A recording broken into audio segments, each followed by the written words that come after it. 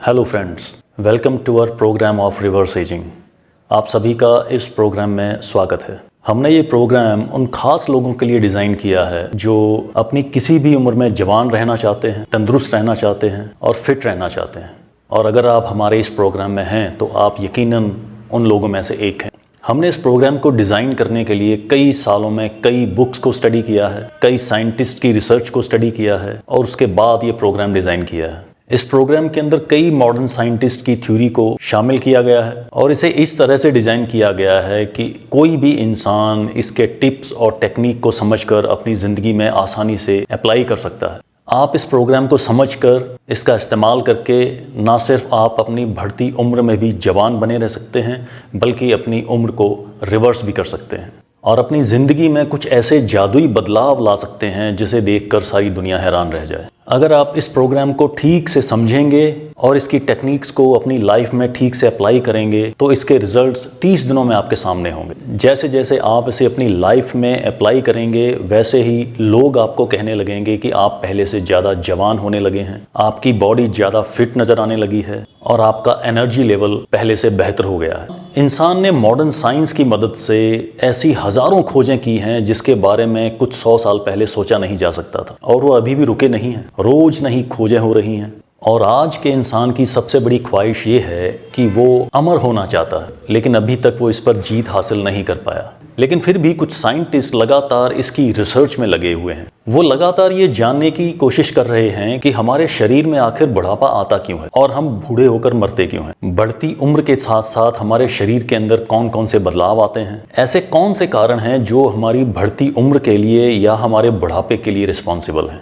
लेकिन कुछ ही साइंटिस्ट आखिरकार ये जानने में कामयाब रहे कि हमारी उम्र बढ़ती क्यों है। ऐसा कौन सा प्रोसेस है जो हमारे शरीर के अंदर चलता है और जिसके वजह से हमारी उम्र बढ़ने लगती है और हम बूढ़े नजर आने लगते हैं। सालों उन्होंने इस प्रोसेस को समझा, देखा, स्टडी किया और फिर कुछ ऐसी टेक्निक्स को खोजा जिससे अपने शरीर के एजिंग प्रोसेस को इफेक्ट किया जा सके, यानी उसे धीमा किया जा सके, जिसकी मदद से हम ज़्यादा उम्र तक जवान बने रह सकें। उनमें से एक हैं हार्वर्ड मेडिकल स्कूल के प्रोफेसर डॉक्टर डेविड सिंक्लेयर। ये Glenn centre of ageing research के डायरेक्टर भी हैं। इन्होंने एजिंग प्रोसेस को कई सालों तक स्टडी किया है, एजिंग प्रोसेस के तरीकों को समझा है, बॉडी पर इफेक्ट करने वाले फैक्टर्स को पहचाना है और फिर कुछ ऐसी टेक्निक्स की खोज की है जिनकी मदद से एजिंग प्रोसेस को स्लो डाउन किया जा सके। पहले उन्होंने इस टेक्निक्स को कुछ चूहों पर अप्लाई किया, उसके बहुत अच्छे रिजल्ट सामने आए और आखिरकार वो एक ऐसा प्रोग्राम बनाने में कामयाब हुए जिसे आज उन्होंने कई ह्यूमंस और खुद पर अप्लाई किया है। दूसरे जापानीज डॉक्टर हैं डॉक्टर योशिनोरी ओशोमी, जिन्हें 2016 में अपनी ऑटोफेजी रिसर्च के लिए नोबेल प्राइज दिया गया है। इन्होंने भी रिवर्स एजिंग के प्रोसेस को सालों स्टडी किया है, उसको समझा है और दुनिया के सामने कुछ ऐसी टेक्निक्स रखी हैं जिनकी मदद से आप अपने एजिंग प्रोसेस को इफेक्ट कर सकते हैं, उसे स्लो डाउन कर सकते हैं और यहाँ तक कि उसको रिवर्स भी कर सकते हैं। इन्होंने दुनिया के सामने अपनी एक ऑटोफेजी थ्योरी पेश की। और तीसरे साइंटिस्ट हैं डॉक्टर दीपक चोपड़ा, जो 1970 से यूएस में रह रहे हैं। इन्होंने कई सालों तक ह्यूमन बॉडी पर रिसर्च की है, इसके हर एक प्रोसेस को समझा है।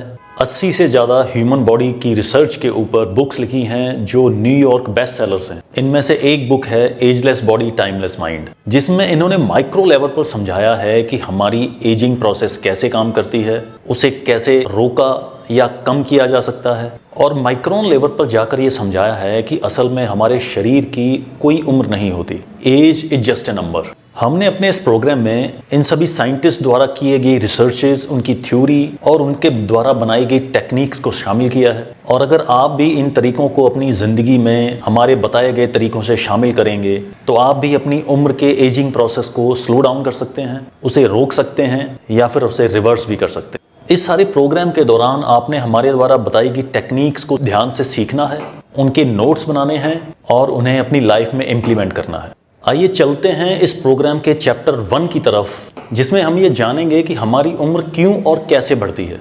कुछ लोग ऐसा मानते हैं कि हमारी उम्र वक्त के साथ ही बढ़ती है, जैसे जैसे वक्त बीतेगा वैसे वैसे हमारी उम्र का बढ़ना तो तय है। लेकिन क्या आप जानते हैं कि वक्त की रफ्तार हमेशा एक जैसी रहती है? शायद आप इस बात पर यकीन ना करें। अगर वक्त के साथ उम्र का बढ़ना भी तय है तो आप ये जानकर हैरान होंगे कि वक्त की रफ्तार हर जगह अलग होती है। और अगर वक्त की रफ्तार अलग हो सकती है तो हमारी उम्र बढ़ने की रफ्तार अलग क्यों नहीं हो सकती। आइए इसके बारे में कुछ प्रूफ्स देखते हैं। आप सब ये जानते होंगे कि हमारी धरती के चारों तरफ कुछ सैटेलाइट्स ऑर्बिट में चक्कर लगाती हैं, लेकिन क्या आप ये जानते हैं कि इन ऑर्बिट्स के अंदर जो घड़ियां लगी हैं, कुछ महीनों में वो हमारी धरती की घड़ियों से कुछ सेकंड्स पीछे हो जाती हैं और उन्हें लगातार कुछ महीनों बाद रीसेट करना पड़ता है। ये बात क्या दिखाती है? ये बात इस चीज़ की ओर इशारा करती है कि धरती के मुकाबले ब्रह्मांड में वक्त की रफ्तार स्लो है, इसीलिए सैटेलाइट में लगी घड़ियां कुछ महीनों के बाद कुछ सेकंड पीछे हो जाती हैं। क्या ये बात आप आज से पहले जानते थे?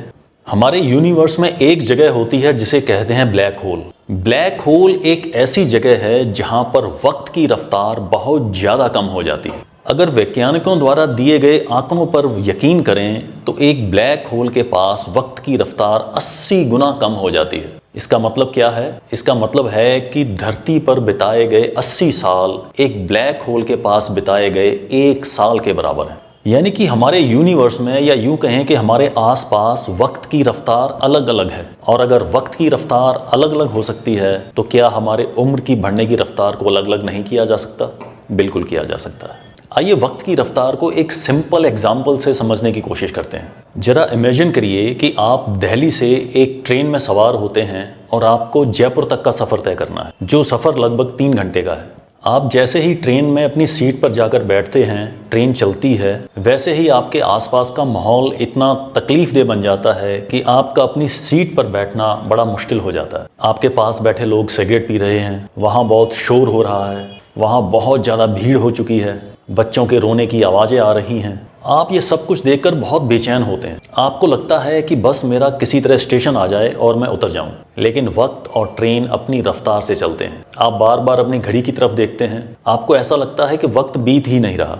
आपको एक एक मिनट 1 घंटे की तरह लग रहा है। आप बस किसी तरह उस ट्रेन के डब्बे से उतर जाना चाहते हैं। आप कभी खड़े होते हैं, कभी फिर बैठ जाते हैं और फिर आप अपनी घड़ी की तरफ देखते हैं कि कब 3 घंटे बीतेंगे और मैं अपने स्टेशन पर जाकर उतरूंगा। आपको एक एक मिनट एक एक घंटे की तरह महसूस होता है।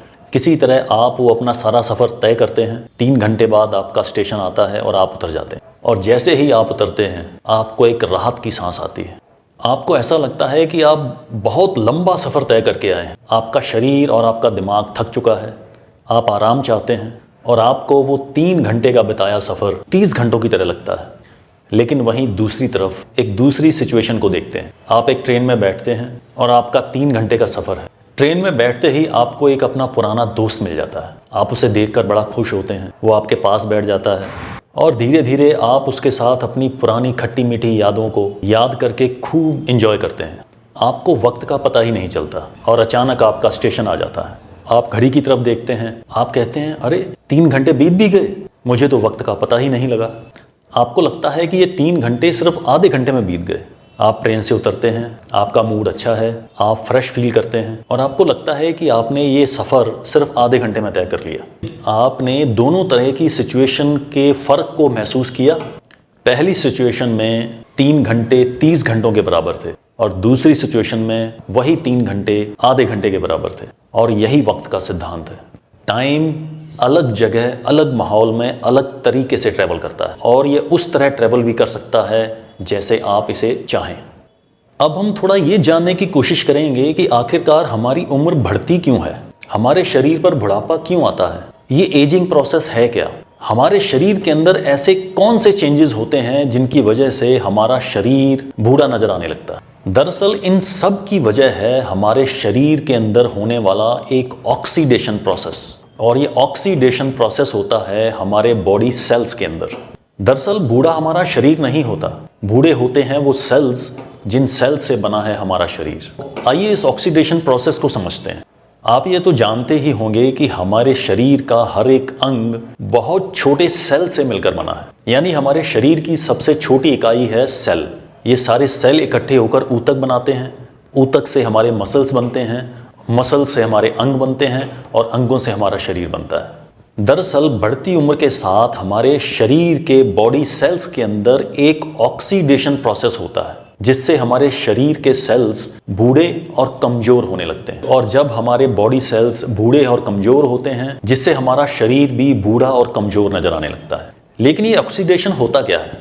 आपने कभी एक कटे हुए सेब को देखा है? धीरे धीरे वक्त बीतने के साथ वो सेब हमें बासा नजर आने लगता है, यानी वो सड़ना शुरू हो जाता है। इसी को ऑक्सीडेशन प्रोसेस कहते हैं।